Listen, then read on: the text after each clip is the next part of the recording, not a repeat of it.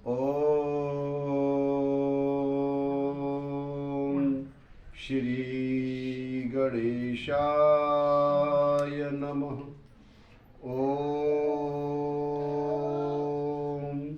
श्री परमात्मने नमः। ओम श्री गुरुवे नमः। बोलिए सियापत रामचंद्र भगवान की जय, पवन सुत हनुमान जी महाराज की जय, सदगुरुदेव भगवान की जय।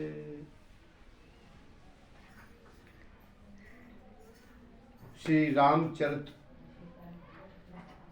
मानस के बालकांड 138 नंबर दोहा में प्रवेश करते हैं। भाग 6।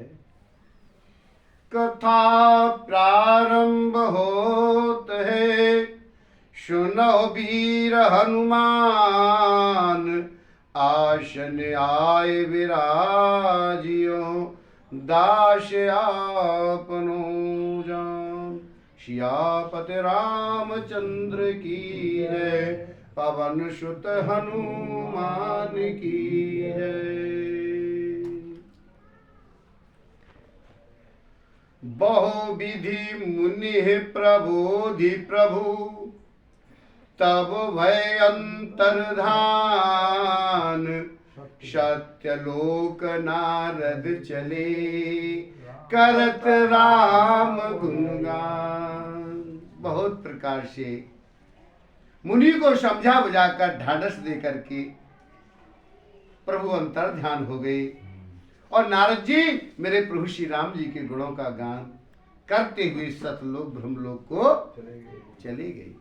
भगवान शंकर के गणों ने जब मुनि को मोह रहित और मन में बहुत प्रसन्न होकर जब मार्ग में जाते हुए देखा, तब वे अत्यंत भयभीत होकर आज नारद जी के पास आए हैं। उनके चरण पकड़कर दीन वचन कहने लगे। क्या कह रहे? हे मुनिराज, हम ब्राह्मण नहीं है, भगवान शंकर के गण हैं। हम ब्राह्मण का तो रूप धारण किए हुए थे, हम ब्राह्मण नहीं है। हमने बड़ा अपराध किया है जिसका फल हमने आज पा लिया। हे कृपालु, अब आप दूर करने की कृपा करिए, श्राप दूर करने की कृपा कीजिएगा। दीनों पर दया करने वाले नारद जी क्या कहने लगे? निश्चर जाई हो तुम दो,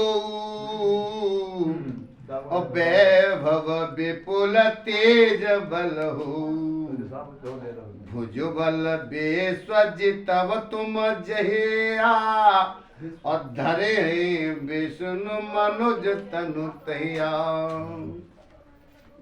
दोनों जाकर के राक्षस हो जाओ, तुम्हें महान ऐश्वर्य तेज और बल की प्राप्ति हो। तुम अपनी भुजाओं के बल से जब सारे विश्व को जीत लोगे, तब भगवान विष्णु मनुष्य का शरीर धारण करेंगे। युद्ध में श्री हरि के हाथ में तुम्हारी मृत्यु होगी, जिससे तुम मुक्त हो जाओगे और फिर संसार में जन्म नहीं लोगे। वे दोनों मुनि के चरणों में सिर नवाकर चले हैं और समय पाकर राक्षस हो गए।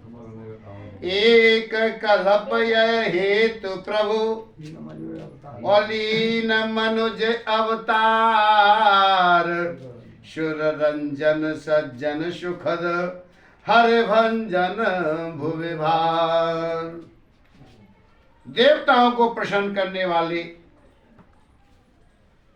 सज्जनों को सुख देने वाले, पृथ्वी का भार हरण करने वाले मेरे भगवान ने एक कल्प में इसी कारण मनुष्य का अवतार लिया।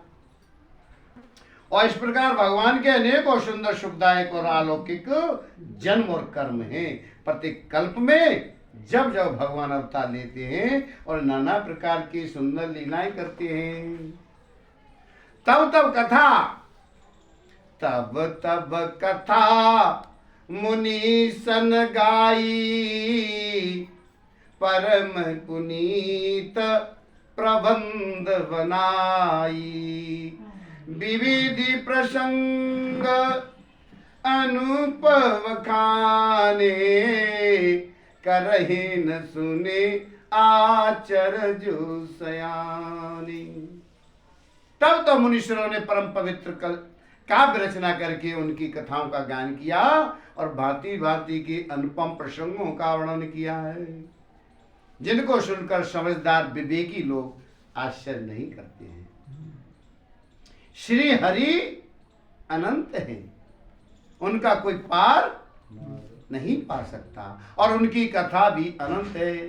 सब संत लोग उसे बहुत प्रकार से कहते और सुनते हैं। मेरे प्रभु श्री राम जी के सुंदर चरित्र करोड़ कल्पों में आज गाए जाएं, गाए नहीं जा सकते।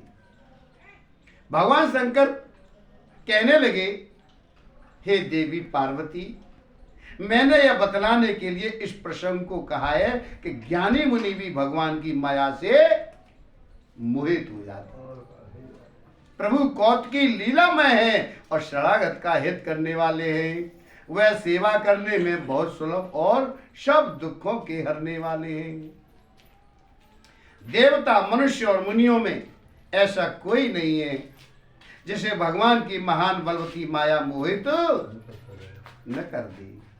मन में ऐसा विचार कर उस महामाया के स्वामी प्रेरक मेरे भगवान का भजन करना चाहिए। हे गिरिराज कुमारी, अब भगवान के अवतार का दूसरा भी कारण सुनिए। उसकी भी विचित्र कथा है, विस्तार करके मैं कहूंगा। जिस कारण से जन्म रहित, निर्गुण और रूप रहित अव्यक्त सच्चिदानंद घन ब्रह्म अयोध्यापुरी के राजा हुए हैं। आपने पूछी ना कि राम कौन से हैं,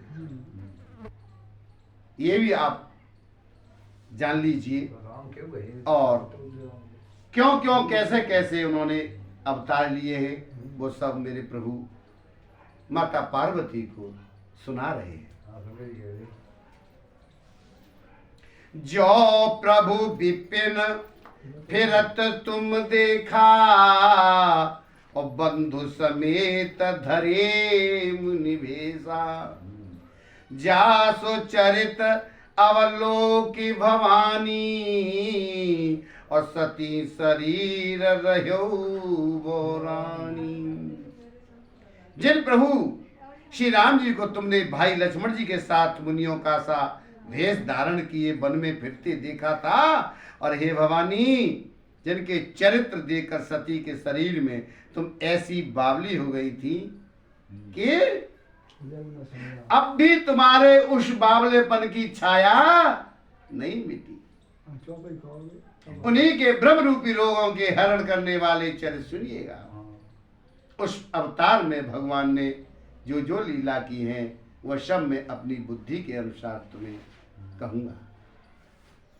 याज्ञवल्क्य जी कहने लगे, हे भरद्वाज, शंकर जी के वचन सुनकर आज पार्वती जी सच्चा करके प्रेम सहित मुस्कुराई हैं। फिर वृषकेतु भगवान शंकर जिस कारण से भगवान का वह अवतार हुआ था उसका वर्णन करने लगे। कैसे कर रहे हैं? सो में तुम शन कहूं सब सुन मुनि सुमन लाए, राम कथा कलमल हरिन मंगल करिन सुहाय। हे मुनीश्वर भरद्वाज, मैं वह सब तुमसे कहूंगा और मन लगा करके आप मेरे राम जी की कथा, कलियों के पापों को हरने वाली, कल्याण करने वाली और बड़ी सुंदर है। स्वांभू मनु अरु सतरूपा, और जिनते भय नर सृष्टि अनुपा, दंपति धर्म आचरणनी का, अजहु गाव श्रुत जिनके लीका। इस शांभु मनु और उनकी पत्नी थी कौन? शतरूपा, जिनसे मनुष्य की यह अनुपम सृष्टि हुई है। इन दोनों पति और पत्नी के धर्म और आचरण बहुत अच्छे थे। आज भी वेद उनकी मर्यादा का गान गाते हैं। राजा उत्तानपाद उनके पुत्र थे। जिनके पुत्र प्रसिद्ध हरिभक्त ध्रुव जी हुए हैं। उन मनु जी के छोटे लड़के का नाम प्रियव्रत था, जिसकी प्रशंसा वेद और पुराण करते हैं। पुनः देवहूति उनकी कन्या थी, जो कर्दम मुनि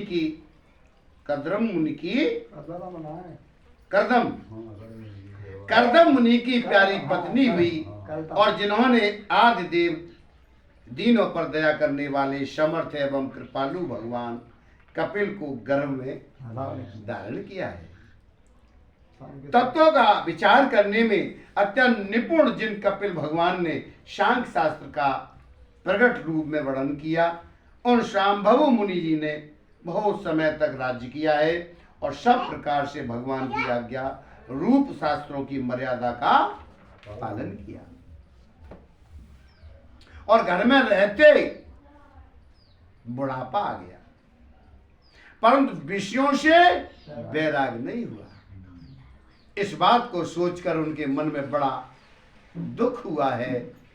श्री हरि की भक्ति बिना जन्म यूं ही चला गया, बिना भगवान की भक्ति के, बिना भगवान के भजन के, बिना भगवान की कथा के, बिना भगवान के स्मरण की शरणागति के ये जन्म लेना हमारा व्यर्था चला गया है। और घर में रहते रहते बुढ़ापा आ गया। इस बात को सोच करके तब मुनि जी ने अपने पुत्र को जबरदस्ती राज्य दे करके स्वयं स्त्री सहित वन को गमन किया। अत्यंत पवित्र और साधकों को सिद्ध देने वाला तीर्थों में श्रेष्ठ नैमिषारण्य में प्रसिद्ध है। वहां मुनियों और सिद्धों के समूह बसते हैं। राजा मनु हृदय में हर्षित होकर वहीं चले हैं। धीर बुद्धि वाले राजा रानी मार्ग में जाते हुए ऐसे सुशोभित हो रहे थे, मनु ज्ञान और भक्ति शरीर धारण किए हुए। और चलते चलते गोमती के किनारे जा पहुंचे। हर्षित होकर उन्होंने निर्मल जल से स्नान किया। उनको धर्म धुरंधर राजश्री जानकर सिद्ध और ज्ञानी मुनि उनसे मिलने के लिए आते। और जहां जहां सुंदर तीर्थ थे, आज मुनियों ने आदर पूर्वक सभी तीर्थ उनको करा दिए। उनका शरीर दुर्लभ हो गया। वे मुनियों के से वत्कल वस्त्र धारण करते थे और संतों के समाज में नित्य प्राण सुनते थे। कमजोर हो गए। 12 अक्षर मंत्र पुनि और जपहि सहित अनुराग, वासुदेव पद पंकरुह दंपति मन अतिलाग। मंगल भवन अमंगल हारी, द्रवहु सुदशरथ अजर विहारी। दीन दयाल विरद संभारी,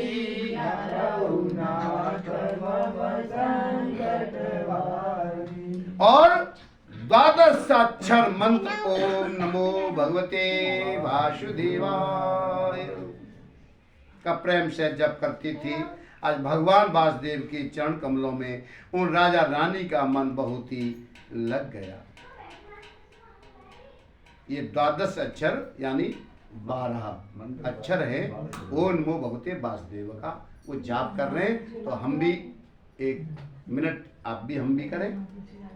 ओम नमो भगवते वासुदेवाय, ओम नमो ओम नमो भगवते वासुदेवाय,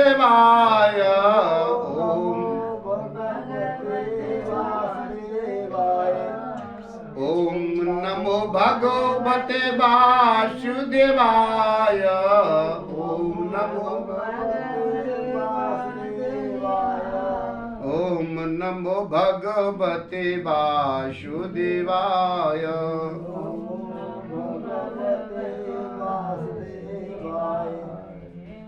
वे साग फल और कंद का आहार करते थे और सच्चिदानंद ब्रह्म का स्मरण करते थे। फिर वे श्री हरि के लिए तप करने लगे और मूल फल को त्याग कर केवल जल के आधार पर रहने लगे, वो भी छोड़ दिया। हृदय में निरंतर यही अभिलाषा हुआ करती है कि हम कैसे उन परम प्रभु को आंखों से देखें जो निर्गुण, अखंड, अनंत और अनादि है, और परमार्थवादी ब्रह्मज्ञानी तत्ववेत्ता लोग जिनका चिंतन किया करते हैं, ऐसी उनकी लालसा जग रही है। जिन्हें वेद नेति नेति यह भी नहीं कह करके निरूपण करते हैं, जो आनंद स्वरूप, उपाधि रहित और अनुपम है, एवं जिनके अंश से अनेकों शिव, ब्रह्मा और विष्णु भगवान प्रकट होते हैं। ऐसे महान प्रभु भी सेवक के वश में हैं और भक्तों के लिए दिव्य लीला विग्रह धारण करते हैं। यह वेदों में यह वचन सत्य कहा है तो हमारी अभिलाषा भी अवश्य पूरी होगी। ये है शरणागति, ये है भक्त की भक्ति। अगर वेद शास्त्र हमारे कह रहे हैं तो हम अगर करेंगे तो हमारी भी पूरी होगी। और भक्ति के लिए भगवान निर्गुण से और सगुण रूप में आ जाते हैं। भक्त के वश में है भगवान, भगत की वश में है भगवान। भगवान तो भक्त के वश में रहते हैं। अगर भक्त कहे तो तुम्हारे लिए वो सब कुछ करने के लिए तैयार है। इस प्रकार उन्होंने जल का भी आहार करके तप करते हुए 6000 वर्ष बीत गए। फिर 7000 वर्ष हुए, वायु के आधार पर वही सब छोड़ दिया, हवा का ही आहार करने लगे। और 10,000 वर्ष तक उन्होंने वायु का आधार भी छोड़ दिया। दोनों एक पैर से खड़े रहे। उनका अपार तप देखकर आज ब्रह्मा और विष्णु और भगवान शंकर कई बार मनु जी के भी पास आए। क्या कह रहे? मांगा हो बर बहु भांति लुभाए, और परम धीर नहीं चल ही चलाए। अस्ति मात्र हुए रहे शरीरा, तदपि मनागमन नहीं पीरा। अनेक प्रकार से ललचाया, कहने लगे ये कुछ वर मांगो, पर ये परम धैर्यवान राजा और रानी अपने तप से किसी के दिगाए नहीं दिख रही। यद्यपि उनका शरीर हड्डियों का ढांचा मात्र रह गया, फिर भी उनके मन में जरा भी पीड़ा नहीं हुई है। सर्वज्ञ प्रभु ने अनन्य गति आश्रय वाले तपस्वी राजा रानी को निज दास जाना, तब परम गंभीर और कृपा रूपी अमृत से सनी हुई आकाशवाणी हुई। क्या हुई? वर मांगो, वर मांगो। अब मुर्दे को भी जिला देने वाली ये सुंदर वाणी कानों की छेदों से होकर जब हृदय में आई, तब राजा रानी के शरीर ऐसे सुंदर हष्ट पुष्ट हो गए मानो अभी वो घर से आए हो। सूखी हड्डियां रह गई थी और उनका शरीर ऐसा सुंदर शिडोल बन गया कि जैसे आज ही घर से आकर के तप पे बैठे हैं। कानों में अमृत के समान लगने वाले वचन सुनते ही उनका शरीर पुलकित और प्रफुल्लित हो गया। आज मनु जी दंडवत करके कहने लगे हैं, प्रेम हृदय में आज समा नहीं रहा है। आहा। सोनु सेवक सुर तरो सुर धेनु, और विदे हरे हर मंदित पद रेणु। सेवत सुलभ सकल सुखदायक, प्रणत पाल सचराचर नायक। हे प्रभु सुनिए, आप सेवकों के लिए तो कल्प वृक्ष और कामधेनु है।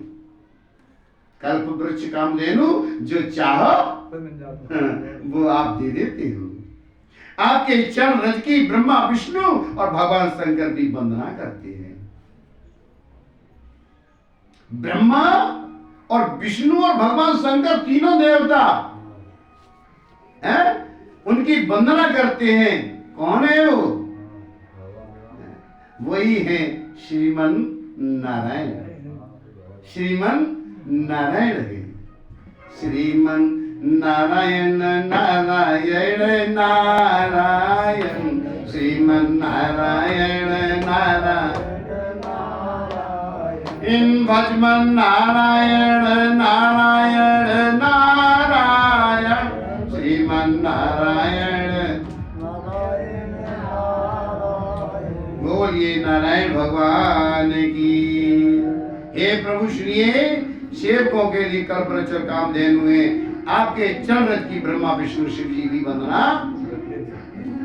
आप सेवा करने में सुलभ हैं तथा सब सुखों को देने वाले हैं। आप शरणागत के रक्षक और जड़ चेतन के स्वामी हैं।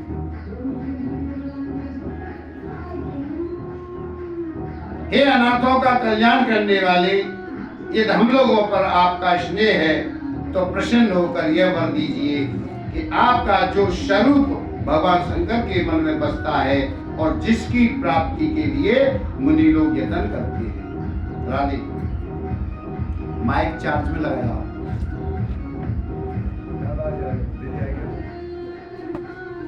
जो कागभूषण के मन रूपी मान सरोवर में विहार करने वाला हंस है, सगुण और निर्गुण कहकर वेद जिसकी प्रशंसा करते हैं, हे शरणागत के दुख मिटाने वाले प्रभु, ऐसी कृपा कीजिए कि हम उसी रूप को नेत्र भर करके देखें। आज राजा और रानी के कोमल विनय युक्त और प्रेम रस से पगे हुए वचन भगवान को बहुत प्रिय लगे। भक्त वत्सल कृपा निधान भगवान संपूर्ण विश्व के निवास स्थान या समस्त विश्व में व्यापक सर्व समर्थ भगवान प्रकट हो। आज भगवान के नीले कमल, नीलमणि और नीले जलयुक्त मेघ के समान कोमल प्रकाश में और सरस श्याम वर्ण चिन्मय शरीर की शोभा देखकर करोड़ों कामदेव भी लजा जाते हैं। उनका मुख शरद पूर्णिमा के चंद्रमा के समान छवि की सीमा स्वरूप था। गाल और ठोड़ी बहुत सुंदर थी। गला शंख के समान है। त्रिरेखा युक्त चढ़ाव उतार वाला था। लाल होठ है, दांत और नाक अत्यंत सुंदर थी। आज हंसी चंद्रमा की किरण वली को नीचा दिखाने वाली थी। नेत्रों की छवि नए खिले हुए कमल के समान बड़ी सुंदर थी। मनोहर चितवन जी को बहुत प्यारी लगती थी। टेढ़ी भौएं कामदेव के धनुष की शोभा को करने वाली थी। ललाट पटल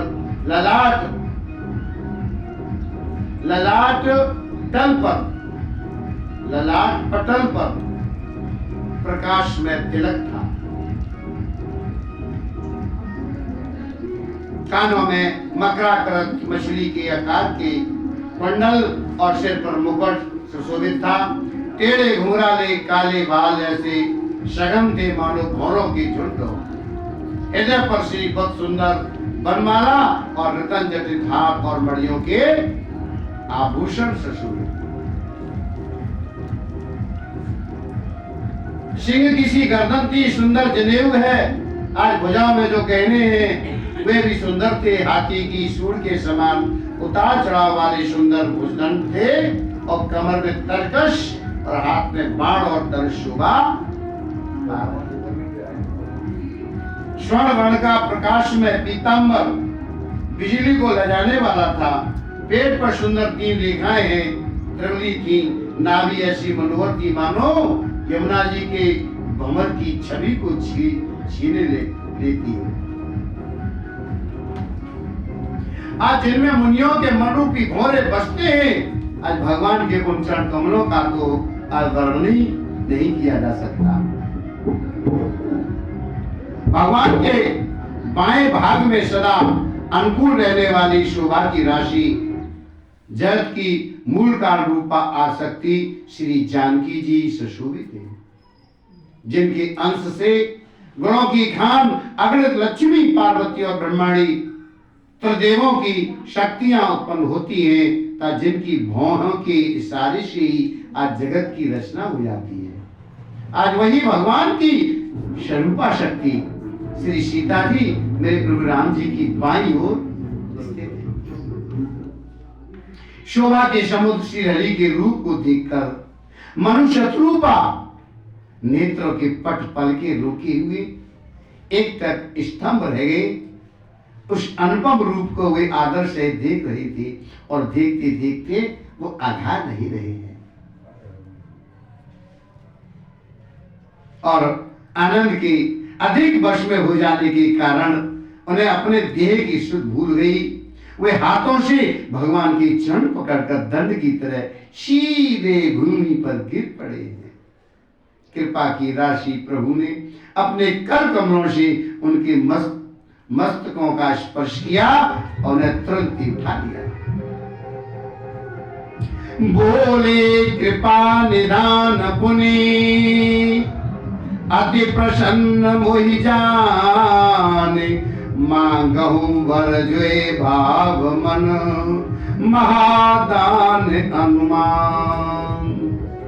कृपा निदान भगवान कहने लगे हैं, मुझे अत्यंत प्रसन्न जानकर और बड़ा भारी दानी मानकर जो मन को भाए आज वही वर मांग लीजिएगा। प्रभु के वचन सुनकर दोनों हाथ जोड़कर धीरज धरकर राजा ने कोमल वाणी में कहा है, हे नाथ, आपके चरण कमलों को देखकर अब हमारी सारी मनोकामनाएं पूरी।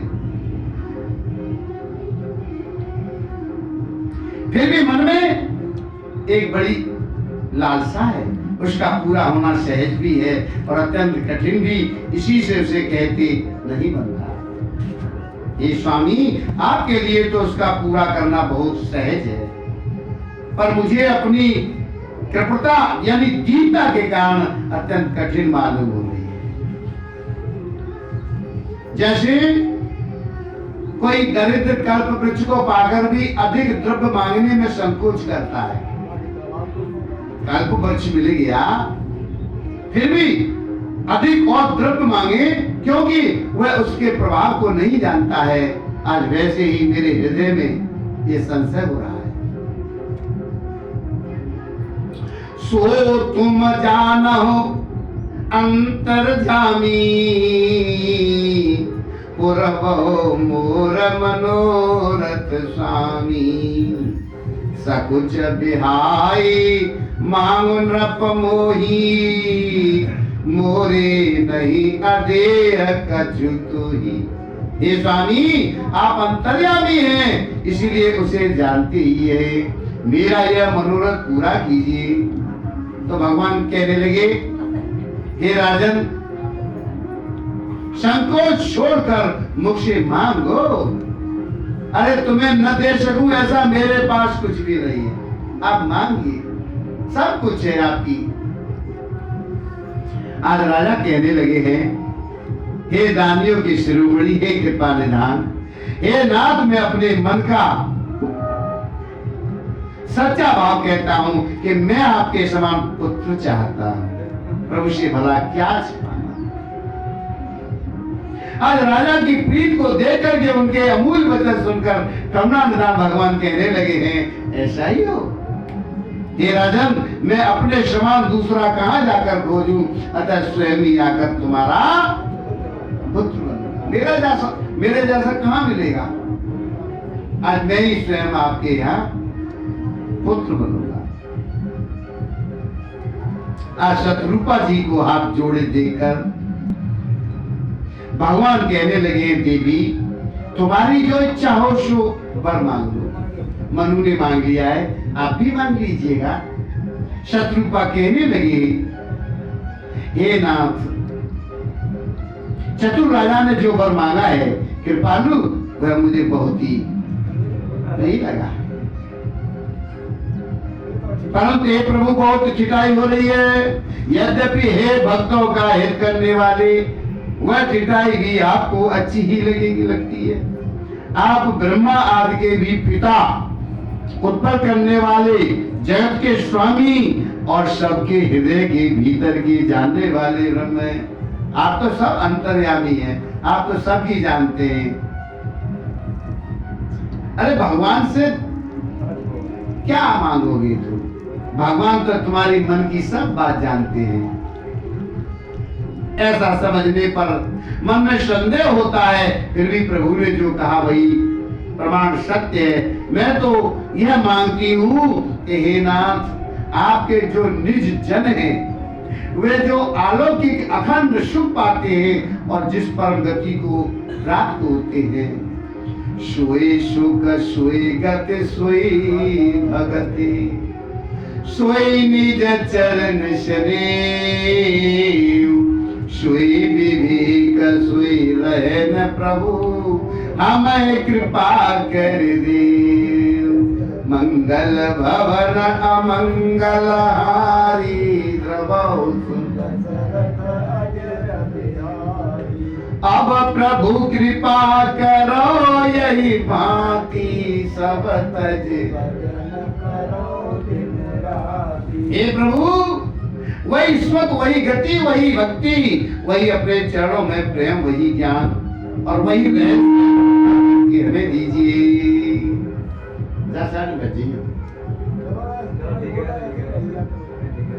आज लाली की कोमल गुण और मनोहर श्रेष्ठ वाक्य रचना सुनकर कृपा के समुद्र भगवान आज कोमल वचन कहने लगे हैं। तुम्हारे मन में जो कुछ इच्छा है वह सब मैंने तुमको दिया, इसमें कोई संदेह न समझना। माता जी समझ रही हो ना समझ रही? हे माता, मेरी कृपा से तुम्हारा आलोक ज्ञान कभी नष्ट नहीं होगा। तब मनु ने भगवान के चरणों की वंदना करके फिर कहने लगे हैं, हे प्रभु, मेरी एक विनती और है। क्या है?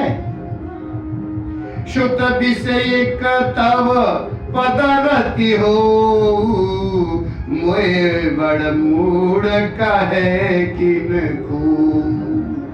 अमन बिनु फन जिम जल बिनु मीना, मम जीवन तिम तुम ही अधीना। आपके चरणों में मेरी वैसी प्रीत हो जैसी पुत्र के लिए पिता की होती है।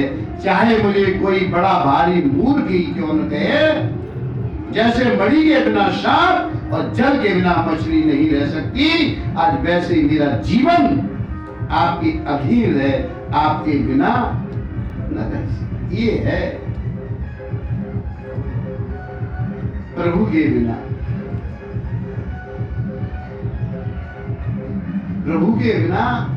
प्रभु के बिना भजन के हम ऐसा विचार कर ले कि हम जब तक भगवान का भजन नहीं कर लेंगे, भगवान का ध्यान नहीं कर लेंगे, भगवान की कथा नहीं सुन लेंगे, तब तक हम भोजन भी नहीं करेंगे, हम पानी भी नहीं पिएंगे। ऐसी हमारे अंदर दृढ़ता आ जाए, ऐसी दृढ़ता आ जाए। अरे भैया, जब ऐसी दृढ़ता आएगी ना, तो भगवान कहीं दूर नहीं आएगी। क्यों नहीं आएगी? ऐसा वर मांगकर राजा भगवान के चरण पकड़े रह गए। आज दया के निदान भगवान ने कहा, ऐसा ही हो, अब तुम मेरी आज्ञा मानकर देवराज इंद्र की राजधानी अमरावती में जाकर के वास करो। हे तात, वहां स्वर्ग के बहुत से भोग कर कुछ काल बीत जाने पर तुम अवध के राजा होंगे, तब मैं तुम्हारा पुत्र हूंगा। इच्छा निर्मित मनुष्य रूप सजकर मैं तुम्हारे घर प्रकट होऊंगा। हे तात, मैं अपने अंशों सहित देह धारण करके आज भक्तों को सुख देने वाले चरित्र करूंगा। जे सुन सादर नरवण भागी, भवतर है ममता मद त्यागी। आदि शक्ति जी जग उपजाया, सो अवतर ही मोर यही माया। चरित्रों को बड़े भाग्यशाली मनुष्य आदर्श है सुनकर ममता और मत त्याग कर भव सागर से तर जाएंगे। आज शक्ति ये मेरी स्वरूप भूलता माया भी, जिसने जगत को उत्पन्न किया है अवतार लेगी। इस प्रकार मैं तुम्हारी अभिलाषा पूरी करूंगा। मेरा प्रण सत्य है, सत्य है, सत्य है। कृपा निदान भगवान बार बार ऐसा कह करके अंतर ध्यान हो गए।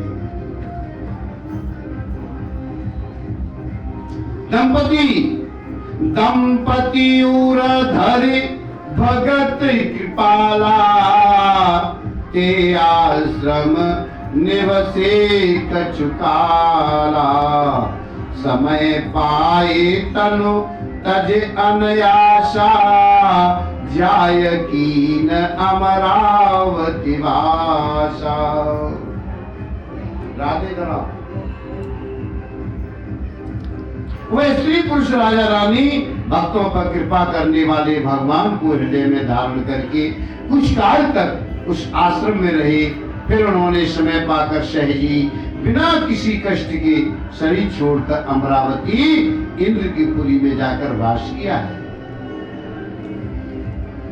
यह इतिहास पुनीत यति, उमहि कही भ्रश के तो भरद्वाज सुन अपर पुनि राम जन्म करे। याज्ञवल्क्य जी कहने लगे, हे भरद्वाज, इस अत्यंत पवित्र इतिहास को भगवान शंकर ने पार्वती जी से कहा था। अब श्री राम के अवतार लेने का दूसरा कारण भी सुनिए।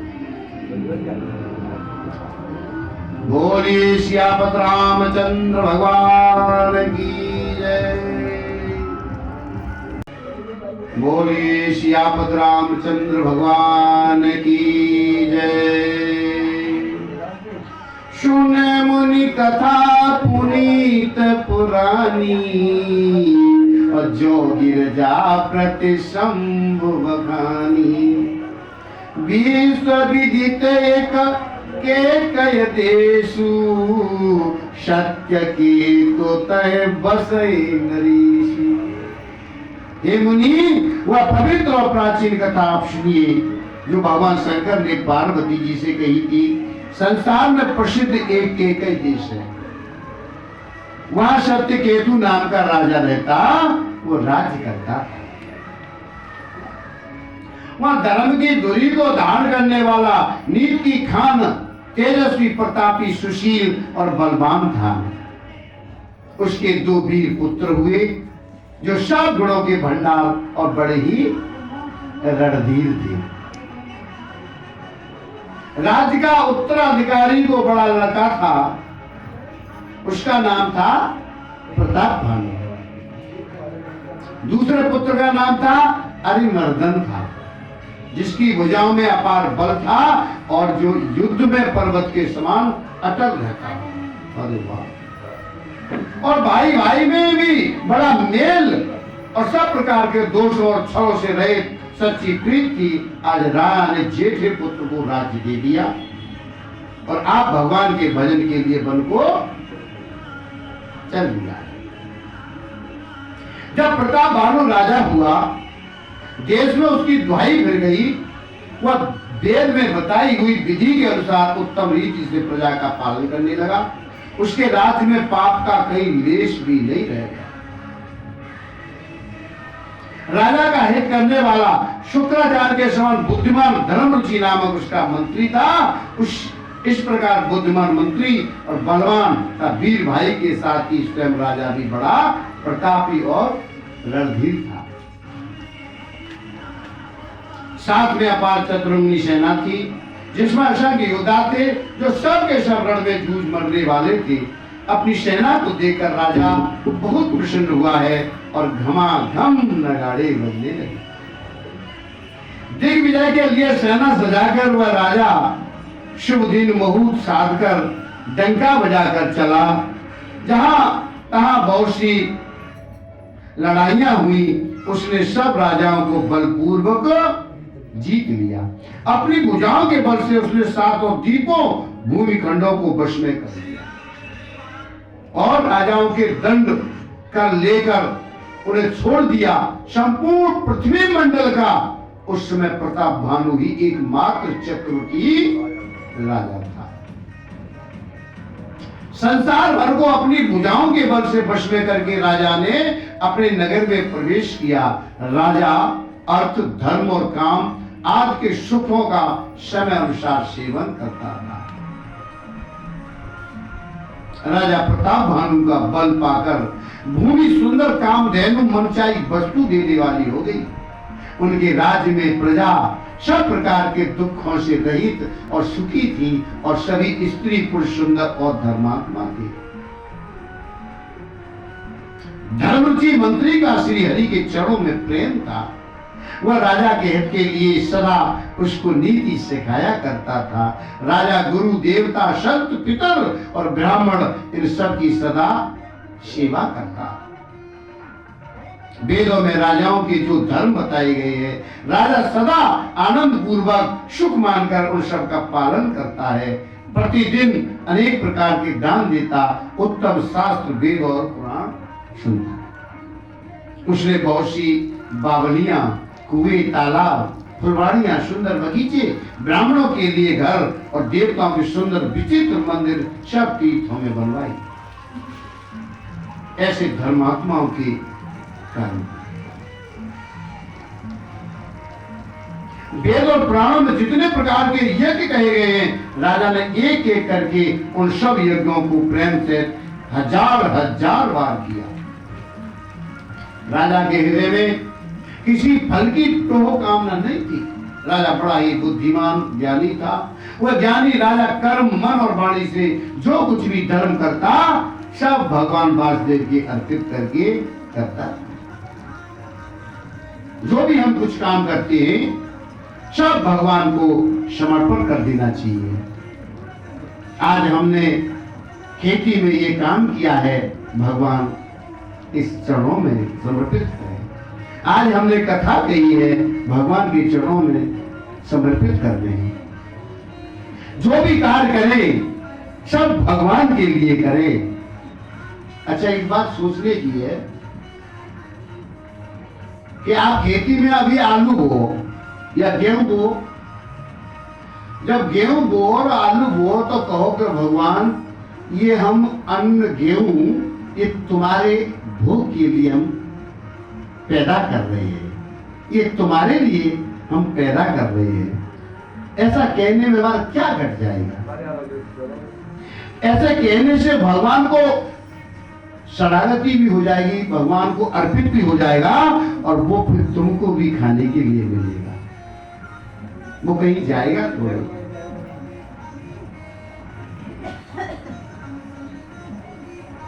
एक बार क्या हुआ, वह राजा एक अच्छे से घोड़े पर सवार होकर शिकार का सब सामान सजा करके और विंध्याचल के घने जंगल में गया। वहां उसने बहुत से उत्तम उत्तम हिरण मारे। फिरत विपिन नृप दीख बराहु, जनु बन दुर्यो शशि अग्रसी राहु। बड़ विधु नहीं समात मुख माही, मनौ क्रोध बस उगलित नाई। राजा ने वन में फिरती हुई एक सुअर को देखा। दांतों के कारण वह ऐसा दीख पड़ रहा मानो चंद्रमा को ग्रस कर मुंह में पकड़कर राहु वन में आ छिपा हो। चंद्रमा बड़ा होने से उसके मुंह में समाता नहीं है, मानो क्रोधवश वह भी उसे उगलता भी नहीं है। यह तो सुअर के भयानक दांतों की शोभा कही गई। इधर उसका शरीर भी बहुत विशाल और मोटा था। आज घोड़े की आहट पाकर वह घुरघुराता हुआ कान उठाए चौकन्ना होकर देखने लगा। नील पर्वत के शिखर के समान विशाल शरीर वाले उस सुअर को देखकर राजा घोड़े को चाबुक लगाकर तेजी से चला है। उसने सुअर को ललकारा कि अब तेरा बचाव नहीं हो सकता। अधिक शब्द करते हुए घोड़े को अपनी तरफ आता देखकर सुअर पवन वेग से भाग चला और राजा ने तुरंत ही बाण को धनुष पर चढ़ाया। सुअर बाण को देखते ही धरती में दुबक गया। राजा तक तक कर तीर चला रहा है पर सुअर छल करके शरीर को बचाता जाता है। वह पशु कभी प्रकट होता है, कभी छिपता हुआ भाग जाता और राजा भी क्रोध के वश उसके साथ पीछे लगा चला जाता है। तो गया दूर घन गहन बराहू और जहनाहिन गजबाजन वाहू अति अकेल बन विपुल कलेशु तदपिन मृग मगत जई नरी। सुअर बहुत दूर ऐसे घने जंगल में चला गया जहाँ हाथी घोड़े का निवाह गम नहीं।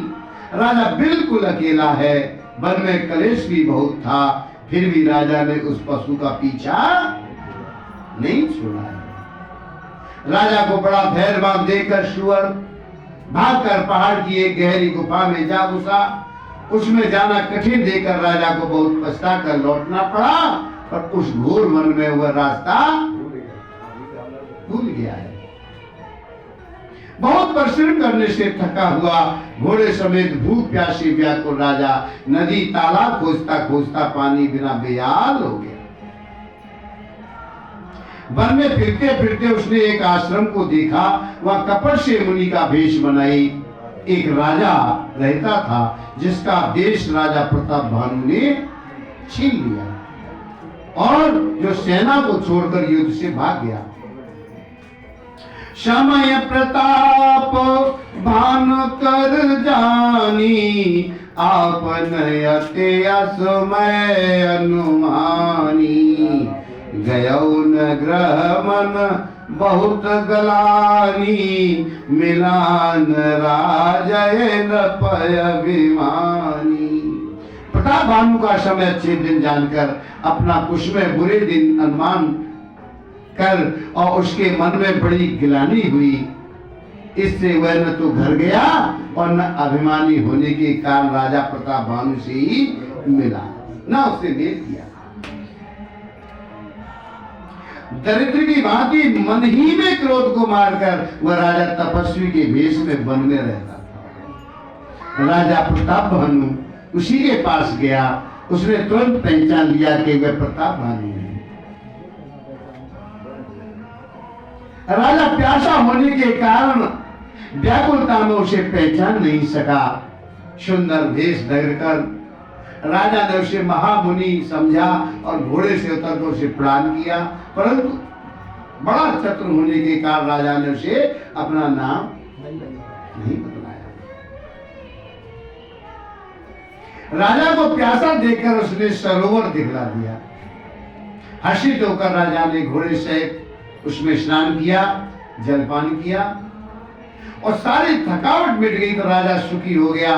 तब तपस्वी उसे अपने आश्रम में ले गया और सूर्यास्त का समय जानकर उसने राजा को बैठने के लिए आसन दिया। फिर तपस्वी कोमल वाणी में कहने लगा, क्या कह रहा है?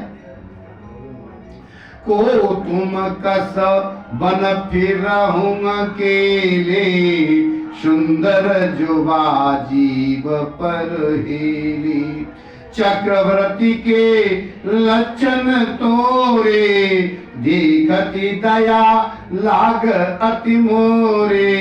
तुम कौन हो? सुंदर युवक होकर जीवन की परवाह करके वन में अकेले क्यों फिर रहे हो? तुम्हारे चक्रवर्ती राजा के ऐसे लक्षण देखकर मुझे बड़ी दया आती है। नाम प्रताप भानु अवनीसा तासु सचिव में सुनहो मुनीसा फिरत अहेरे पर बुलाई, बड़े भाग देखो पद आई। राजा कहने लगा, हे मुनीश्वर सुनिए, वे प्रताप भानु नाम का एक राजा है, मैं उसका मंत्री हूँ, शिकार के लिए फिरते हुए ये राह भूल गया हूँ। बड़े भाग से यहाँ आकर मैंने आपके चरणों में दर्शन पाए हैं। हमें आपका दर्शन दुर्लभ था, इससे जान पड़ता है कुछ भला होने वाला है। आज मुनि कहने लगे हैं, हे तात, अंधेरा हो गया, तुम्हारा नगर यहाँ से 70 योजन पर है। मालूम है? हे सुजान सुनिएगा, घोर अंधेरी रात है, घना जंगल है, रास्ता नहीं है, ऐसा समझकर तुम आज यहीं ठहर जाओ, सवेरा होते ही चले जाना। तुलसी जसी भवतव्यता और तैसी मिली सहाय, आपन आवे ताहि पै और ताय तहां ले जाए। बाबा तुलसी कह रहे, जैसी भक्तव्यता होनार होती है, आज वैसी सहायता मिल जाती है। या तो वह आप ही उसके पास आती है या उसको वहां ले, जो होनार है वो होके रहेगी। क्या चीज ध्यान दो, ओ भगहीनाथ आय सुदर्शी सा, बांधे तुरगतरो बैठे महीसा, नप बहुभांति प्रशंस होता ही, चरण बंदे निज भाग्य सराई। हे नाथ, बहुत अच्छा, ऐसा कहकर इसकी आज्ञा सिर चढ़ा करके घोड़े को वृक्ष से बांधकर राजा बैठ गया है। आज राजा ने उसकी बहुत प्रकार से प्रशंसा की है और उसके चरणों की वंदना करके अपने भाग्य की सराहना कर ली। फिर सुंदर कोमल वाणी में क्या कह रहा है, प्रभु आपको पिता जानकर मैं ठिठाई करता हूं, हे मुनीश्वर मुझे अपना पुत्र और सेवक जानकर अपना नाम और धाम विस्तार से बताइए। के न जान न पाहे सुजाना, भूप सुहद सो कपट शयाना, बेरी पुनि छत्री पुनि राजा, छल बल कीन चाहे निज काजा। राजा ने उसको नहीं पहचाना, पर वह राजा को पहचान लिया। राजा तो शुद्ध हृदय का था और वह कपट करने में चतुर था। एक तो वैरी, फिर जाति का छत्री और फिर वो राजा, वो छल बल से अपना काम बनाना चाहता है। वो ससु अपने राज सुख को समझ करके स्मरण करके दुखी था। उसकी छाती कुम्हार के आगे की आग की तरह भीतर ही भीतर सुलग रही। राजा के सरल वचन जब कान से सुनकर अपने बैर को याद करके हृदय में हर्षित हुआ कि आज अपना पिछला बैर निकाल लूंगा। ये मीठी छुरी चल रही है, मीठी बाणी, ये मीठी बाणी से अपना काम बना रहा है। कपट बोरी बानी मृदुल और बोले जुगति समेत, और नाम हमारा भिखारी निर्धन रहे तिनकी। तो कपट में डुबोकर बड़ी युक्ति के साथ कोमल वाणी में कहने लगा है, अब हमारा नाम भिखारी है। क्यों कि हम निर्धन और अनिकेत घर और द्वार ही नहीं। राजा कहने लगी, जो आपके सदृश विज्ञान के विधान और सर्वथा अभिमान रहित होते हैं, वे अपने स्वरूप को सदा छिपाए रहते हैं, क्योंकि कुवेश बनाकर रहने में ही सब तरह का कल्याण है। प्रगट संत वेश में मान होने की संभावना है और मान से मान से पतन की संभावना। इसी से तो संत और वेद पुकार कर कह रहे हैं कि परम अकिंचन सर्वथा अहंकार ममता मान रहित ही भगवान को प्रिय होते हैं। आप सभी की निर्धन भिखारी और ग्रहहीनों को देखकर ब्रह्मा और शिव जी को भी संदेह हो जाता है कि वे वास्तविक संत हैं या भिखारी हैं।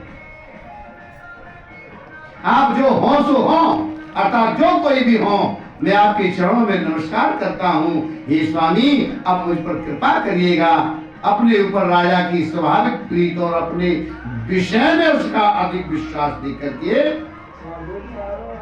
सब प्रकार से राजा को अपने वश में करके अधिक स्नेह दिखाता हुआ ये कपट तपस्वी कहने लगा, राजन सुनिए, मैं तुमसे सत्य कह रहा हूँ, मुझे यहाँ रहते बहुत समय बीत गया है। कपट वेश में राजा है, वो महात्मा नहीं, संत नहीं है, राजा है। इसकी राज्य को पहले जीत लिया था। अब तक न तो कोई मुझसे मिला है और न मैं अपने को किसी वक्त प्रकट करता हूँ। क्यों?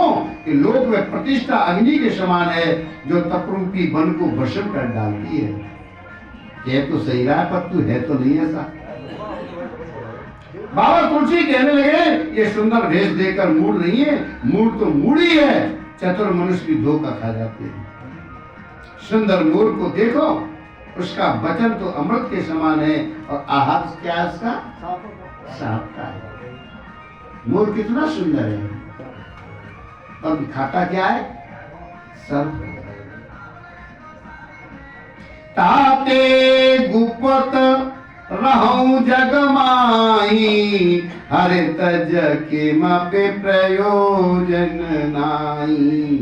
प्रभु जानत सब विनय जनाए, कहूं कवन सिद्ध लोक रिझाई।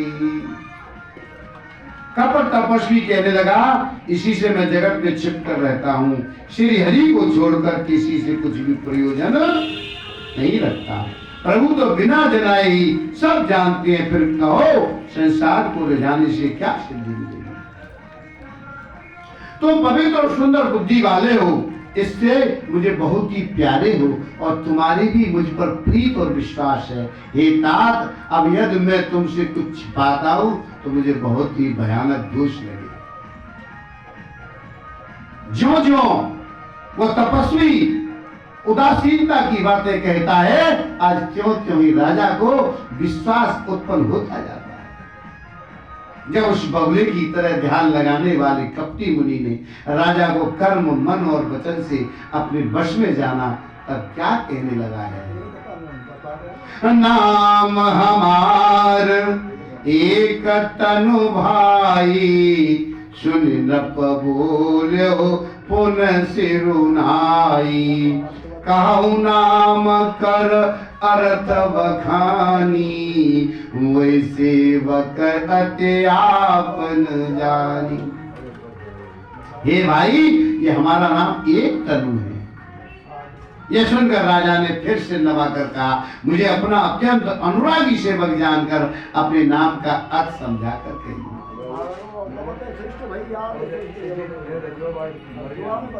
हाँ, आदि सृष्टि उपजी जबहि और तब उत्पात भेमोर, नाम एक तनु हेतु की देह न धरी बहोर।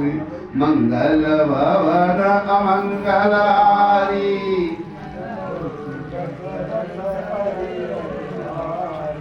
कपटी मुनि कहने लगा, जब सबसे पहले सृष्टि उत्पन्न हुई थी तभी मेरी उत्पत्ति हुई थी। तब से मैंने फिर दूसरी देह नहीं धारण की, इसी से मेरा नाम एक तन है। वाह भाई वाह। हे पुत्र, मन में आशा मत करिएगा, तब से कुछ भी दुर्लभ नहीं है। आज तप के बल से ब्रह्मा जगत को रचते हैं और तप ही के बल से विष्णु संसार का पालन करने वाले बने हैं, और तप ही के बल से रुद्र श्रृंगार करते हैं, और संसार में कोई ऐसी वस्तु नहीं जो तप से न मिल सके। सुन के राजा को बड़ा अनुराग हुआ, तब वह तपस्वी पुरानी कथाएं कहने लगा। कर्म धर्म अनेकों प्रकार के इतिहास कह करके वह वैराग्य और ज्ञान का निरूपण करने लगा है। सृष्टि की उत्पत्ति, पालन, स्थिति और संहार, प्रलय की अपार आश्चर्य भरी कथाएं उसने विस्तार से कही। राजा सुनकर उस तपस्वी के वश में हो गया। तब उसे अपना नाम बताने लगा। तपस्वी कहने लगा, राजन, तपस्वी ने कहा कि राजन, मैं तुमको जानता हूं, तुमने कपट किया वह मुझे अच्छा लगा। तो वो तो पहचान लो है ना। सुन महिषयस नीत जह तय नामन कहे न प मोय तोय पर अति प्रीत सोई चतुरता विचार। राजन सुनो, ऐसी नीति है कि राजा लोग जहां तहां अपना नाम नहीं कहते। ये तुम्हारी बड़ी चतुराई समझकर, वही चतुराई समझकर तुम पर मेरा बड़ा प्रेम हो गया है। नाम तुम्हारा प्रताप दिवेशा, सत्य के तो तब पिता नरेशा। गुरु प्रसाद सब जाने राजा, कहे नयापन जाने अकाजा। तुम्हारा नाम प्रताप भानु है, महाराज सत्यकेतु तुम्हारे पिता हैं। हे राजन, गुरु की कृपा से मैं सब जानता हूं, पर अपनी हानि समझकर कहता नहीं। हे तात, तुम्हारा स्वाभाविक सीधापन, सरलता, प्रेम, विश्वास और नीति में निपुणता देखकर मेरे मन में तुम्हारे ऊपर बड़ी ममता उत्पन्न हो गई है। इसलिए मैं तुम्हारे पूछने पर अपनी कथा कहता हूं। अब मैं प्रसन्न हूं, इसमें संदेह न करना। हे राजन, जो मन को भावे वही मान लो। सुंदर प्रिय वचन सुनकर राजा हर्षित हो गया और मुनि के पैर पकड़कर उसने बहुत प्रकार से विनती की। कृपा सिंधु मुनि दर्शन तुमरे, चार पदारथ करतल मूरे। प्रवै तथापि प्रसन्न विलोकी, मागे अगम बरहो मुसुगी। हे दया सागर मुनि, आपके दर्शन से ही चार पदार्थ अर्थ, धर्म, काम और मोक्ष मेरी मुट्ठी में आ गए। तो भी स्वामी को प्रसन्न देकर मेरा दुर्लभ वर मांगकर क्यों न शोक रहित हो जाऊंगा।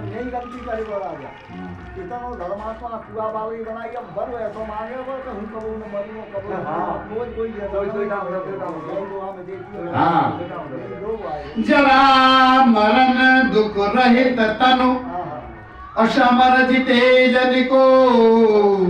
एक छत्र कुहीन महि, राज कल्प शतु।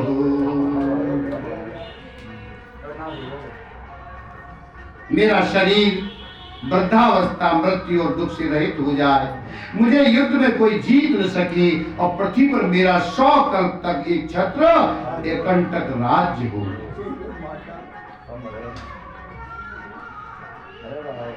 नहीं, जभी तो कहते हैं कि जैसी जगह होती है वहां वैसी तरंग होती है। जैसी जगह होती है वैसी तरंग होती है।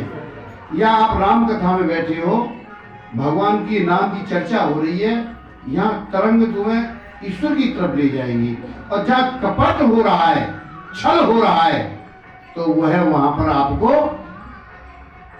अब भटका दे, रास्ता से भटक जाएंगे। इस प्रकार से भटक रहा है। और तपस्वी कहने लगा, हे राजन, ऐसा ही हो। पर एक बात बड़ी कठिन है भैया, उसे भी सुन लो।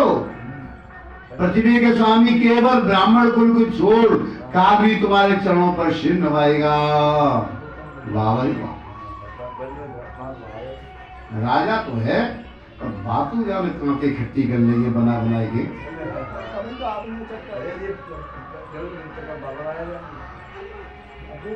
तब के वंश में ब्राह्मण सदा बलवान रहते हैं, उनके क्रोध से रक्षा करने वाला कोई नहीं है। हे नरपति, यह तुम ब्राह्मणों को वश में कर लो तो ब्रह्मा विष्णु और महेश भी तुम्हारे अधीन हो जाएंगे। ब्राह्मण कुल से जोर जबरदस्ती नहीं चल सकती है। मैं दोनों भुजा उठाकर सत्य कह रहा हूँ राजन। सुनिए, ब्राह्मणों के श्राप बिना तुम्हारा नाश किसी काल में नहीं होगा। राजा उसके वचन सुनकर बड़ा प्रसन्न हुआ, कहने लगा, हे स्वामी, मेरा नाश अब नहीं होगा।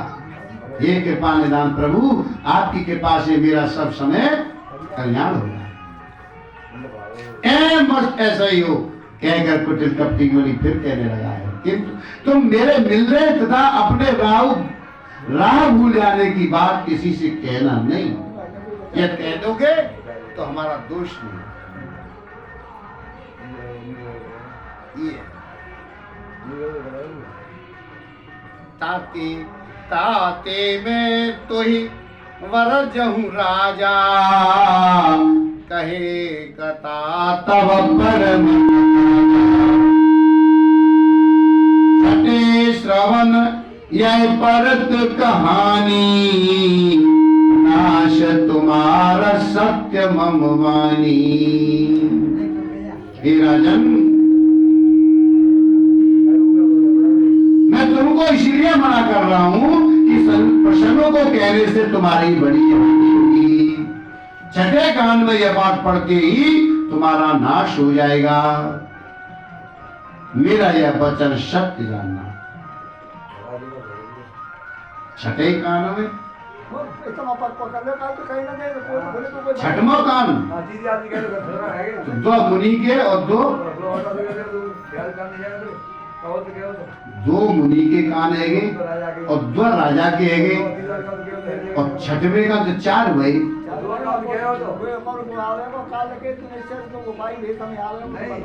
हाँ, और क्या हो रहा है? यह प्रगटे अथवा द्विजसापा, नास तोर सुन भानु प्रतापा, आन उपायन धन तव नाही, जो हरिहर को पय मन माही।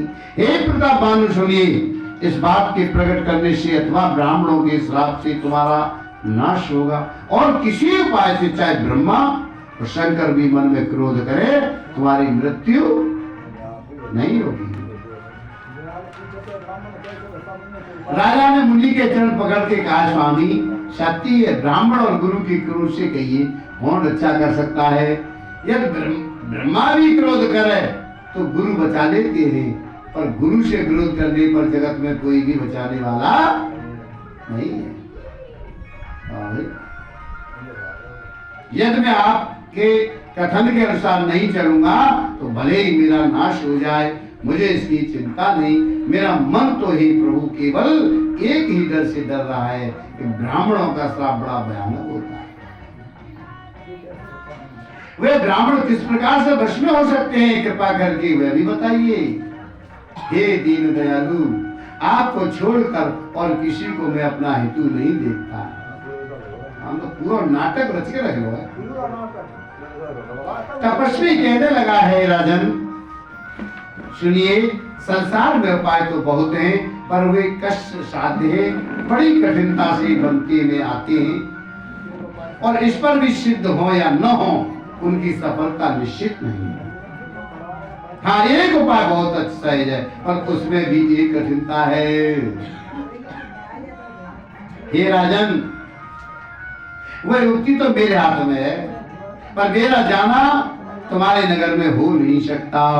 जब से पैदा हुआ हूँ तब से आज तक मैं किसी के घर अथवा गांव गया ही नहीं। जो न जाऊं तब हुई अकायु, बना आए असमंजस आयु। सुनी सुनी महिष बोले ओ मृदुवानी, नाथ निगम यस नीति बखानी। यदि नहीं जाता तो तुम्हारा काम बिगड़ता है। आज यह बड़ा असमंजस आ पड़ा है। सुनकर राजा कोमल वाणी से कहने लगा है,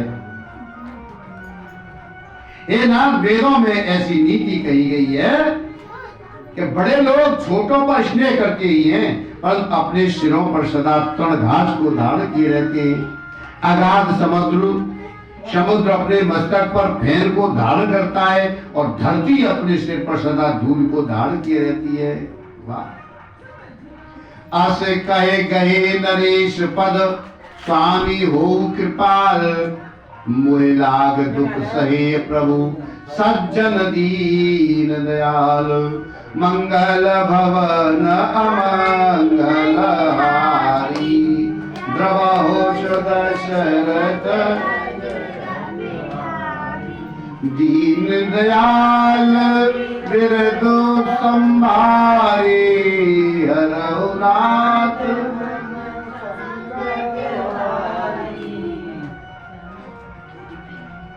ऐसा कहकर राजा ने मुनि के चरण पकड़ लिए और कहने लगा, हे स्वामी कृपा करो, आप संत हैं, दीन दयालु हैं, अतः हे प्रभु मेरे लिए इतना कष्ट अवश्य ये तो तैयार भूलो। राजा को अपने अधीन जानकर कपट प्रवीण तपस्वी कहने लगा, राजन सुनो, मैं तुमसे सत्य कह रहा हूं, जगत में मुझे कुछ भी दुर्लभ नहीं है, सब कुछ करने लायक। अब से काज में करहूं तूरा, मन तन वचन भगत तेमूरा। जोग जोगति तप मंत्र प्रभाव, फलय तवै जब करिय दुराऊ। मैं तुम्हारा काम अवश्य करूंगा, क्योंकि तुम मन वाणी और शरीर तीनों से मेरे भक्त हो। पर योग युक्ति तप और मंत्र का प्रभाव तभी फलीभूत होता है जो वो छिपाकर किए जाते हैं। रास्ता कोई छोड़ नहीं रहा। जो नरेश में करम रसोई, तुम परसों मुई जानन कोई। अन्न सो जोए जोए भोजन करई, सोई सोई तव आयसो अनुसरई। हे नरपति, मैं यह रसोई बनाऊं और तुमसे परोसो और मुझे कोई जानने न पावे, तो उस अन्न को जो खाएगा सो तुम्हारा आज्ञाकारी। और यही नहीं, उन भोजन करने वालों के घर भी जो कोई भोजन करेगा, हे राजन सुनिए, वह भी तुम्हारे अधीन हो जाएगा। हे राजन, जाकर यही उपाय करो और वर्ष भर भोजन कराने का संकल्प ले लो। नित्य में 1 लाख ब्राह्मणों को कुटुंब सहित निमंत्रण करना और तुम्हारे संकल्प के काल अर्थात 1 वर्ष तक प्रतिदिन भोजन बना दिया करूंगा। हे राजन, इस प्रकार बहुत ही थोड़े परिश्रम से सब ब्राह्मण तुम्हारे वश में हो जाएंगे। ब्राह्मण हवन यज्ञ और सेवा पूजा करेंगे तो उस प्रसंग संबंध से देवता भी सहज में वश में हो जाएंगे। ये है लोभ, जिसे कहते हैं लोभ।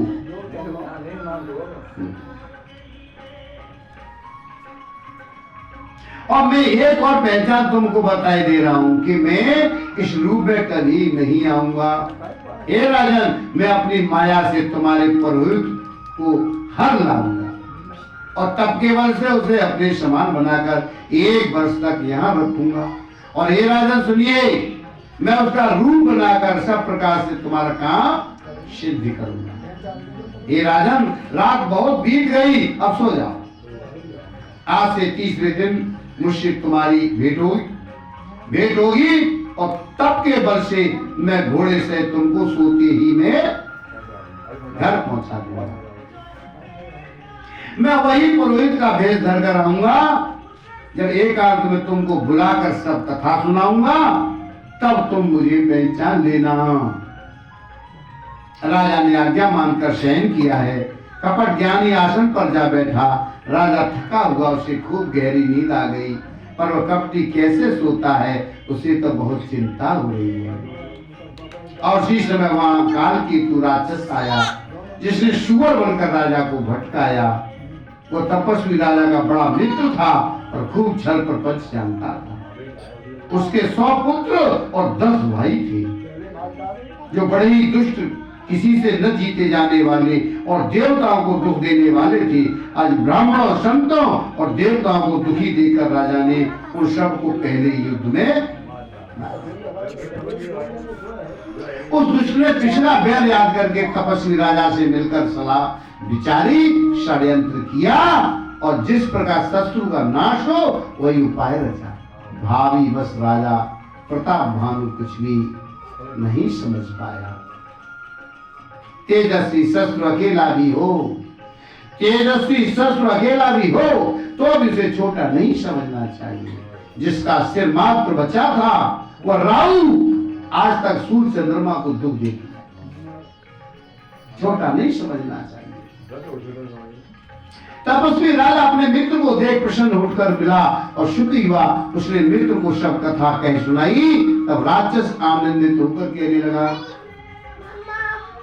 हे राजन सुनिए, जब तुमने मेरे कहने के अनुसार इतना काम कर लिया तो अब मैंने शत्रु को काबू में कर ही लिया। समझो, तुम अब चिंता त्याग सो रहो। आज विधाता ने बिना ही दवा के रोग दूर कर दिया। दवाई खानी ना पड़ रही और रोग लड़ाई लड़नी ना पड़ रही और अपना काम नाश हो गया। कुल से शत्रु को जन्मूल से उखाड़ बहाकर आज से 4थे दिन मैं तुमसे आ मिलूंगा। इस प्रकार तपस्वी राजा को खूब दिलासा देकर वह महामायावी अत्यंत क्रोधी राक्षस चला। उसने प्रताप भानु राजा को घोड़े से क्षण भर में घर पहुंचा दिया और राजा को रानी के पास छुड़ाकर घोड़े को अच्छी तरह से घुड़साल में बांध दिया। फिर वह राजा के पुरोहित को उठा ले गया और माया से उसकी बुद्धि को भ्रम में डालकर उसने पहाड़ की खो में ला रखा। माया भी है। वह आप पुरोहित का रूप बनाकर उसकी सुंदर सेज पर जा लेटा। राजा सवेरा होने से पहले ही जागा और अपना घर देखकर उसने बड़ा ही आश्चर्य माना। मन में मुनि की महिमा का अनुमान करके वह धीरे से उठा, जिससे रानी न जान पावे। फिर उसी घोड़े पर चढ़कर वन को चला गया। नगर के किसी भी स्त्री पुरुष ने नहीं जाना। दोपहर बीत जाने पर राजा आया। घर घर उत्सव होने लगे, बधावा बजने लगा। जब राजा ने पुरोहित को देखा तब वह अपने उसी काल का स्मरण कर उसे आश्चर्य से देखने लगा। राजा को 3 दिन युग के समान बीते। उसकी बुद्धि कपटी मुनि के चरणों में लगी रही। निश्चिंत समय जानकर पुरोहित बना हुआ राक्षस आया और राजा के साथ ही हुई गुप्त सलाह के अनुसार उसने अपने सब विचार से समझा कर कह दी। संकेत के अनुसार गुरु को उस रूप में पहचान कर राजा प्रसन्न हुआ है। ब्रह्मवश उसे चेत नहीं रहा कि वह तापस मुनि है या कालकेतु राक्षस। उसने तुरंत 1 लाख उत्तम ब्राह्मणों को कुटुंब से निमंत्रण दे दिया भोजन का। ओ परोहित जीवनार बनाई, छरस 4 विध जसे श्रुति गाई। माया मैं तेह कीन रसोई, व्यंजन बहुगन सकइन कोई। पुरोहित ने 6 रस और 4 प्रकार के भोजन जैसा कि वेदों में वर्णन है बनाए। उसने माया मई रसोई तैयार की और इतने व्यंजन बनाए जिन्हें कोई गिन नहीं सकता। अनेक प्रकार के पशुओं का मांस पकाया। उसमें उस दुष्ट ने ब्राह्मणों का मांस मिला दिया।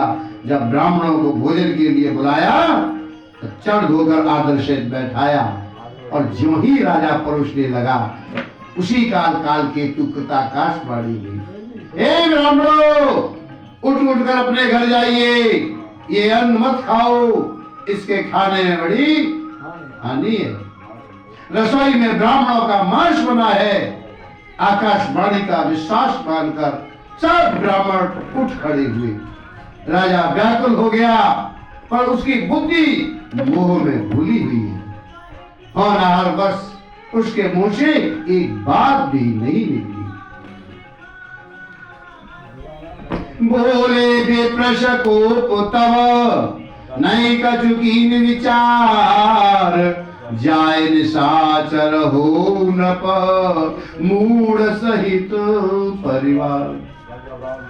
तब ब्राह्मण क्रोध से बोल उठे, उन्होंने कुछ भी विचार नहीं किया।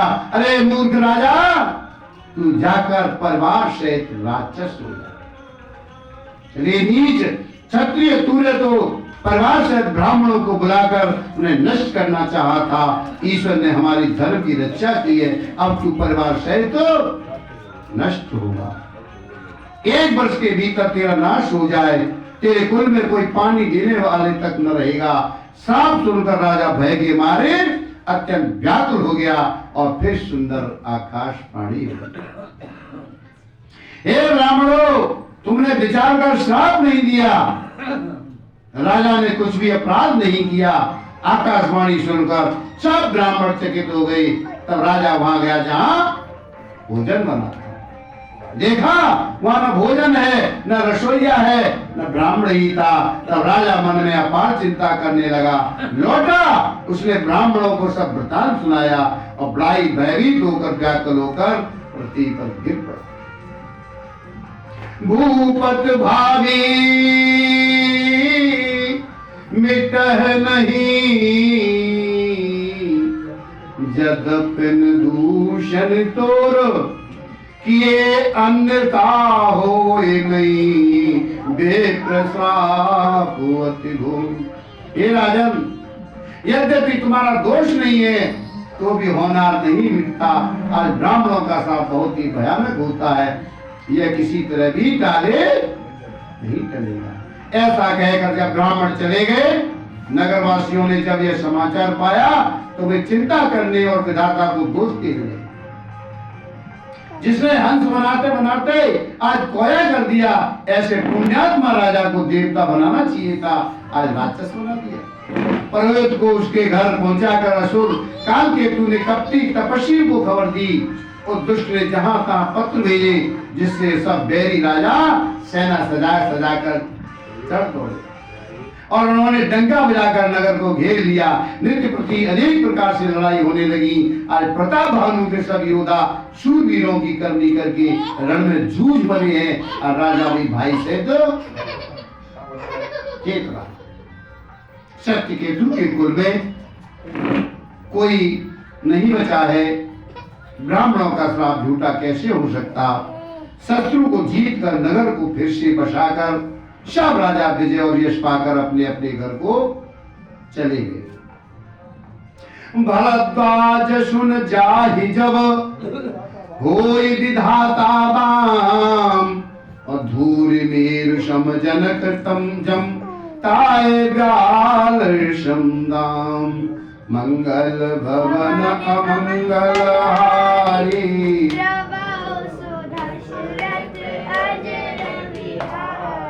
दीन दयाल संबारी, हरौ नाथ मम संकट भारी। याज्ञवल्क्य जी कहने लगे, हे भरता सुनो, विधाता जब जिसके विपरीत होते हैं तब उसके लिए धूल सुमेरु पर्वत के समान भारी और कुचल डालने वाली, पिता यम के समान कालरूप और रस्सी सांप के समान काट खाने वाली हो जाती है। जब भैया ने ना गए तो उल्टे समय आएगा, उल्टे दिन आएंगे, हैं? तब जो है ऐसी विपरीत हो जाती है। मुनि सुनिए, समय पाकर वही राजा परिवार सहित रावण नामक राक्षस हुआ और उसके 10 सिर और 20 भुजाएं थी और वह बड़ा ही प्रचंड शूरवीर था। अरिमर्दन नाम जो राजा का छोटा भाई था वह बल का धाम कुंभकर्ण हुआ। उसका जो मंत्री था जिसका नाम धर्मरुचि था वह रावण का सौतेला छोटा भाई हुआ। उसका विभीषण नाम था जिसे सारा जगत जानता है। यह विष्णु भक्त और ज्ञान विज्ञान का भंडार था और जो राजा के पुत्र और सेवक थे वह सभी बड़े भयानक राक्षस हुए। वे सब अनेकों जाति के मनमाना रूप धारण करने वाले दुष्ट कुटिल भयंकर विवेक रहित निर्दयी, हिंसक, पापी और संसार भर को दुख देने वाले हुए, उनका वर्णन नहीं हो सकता।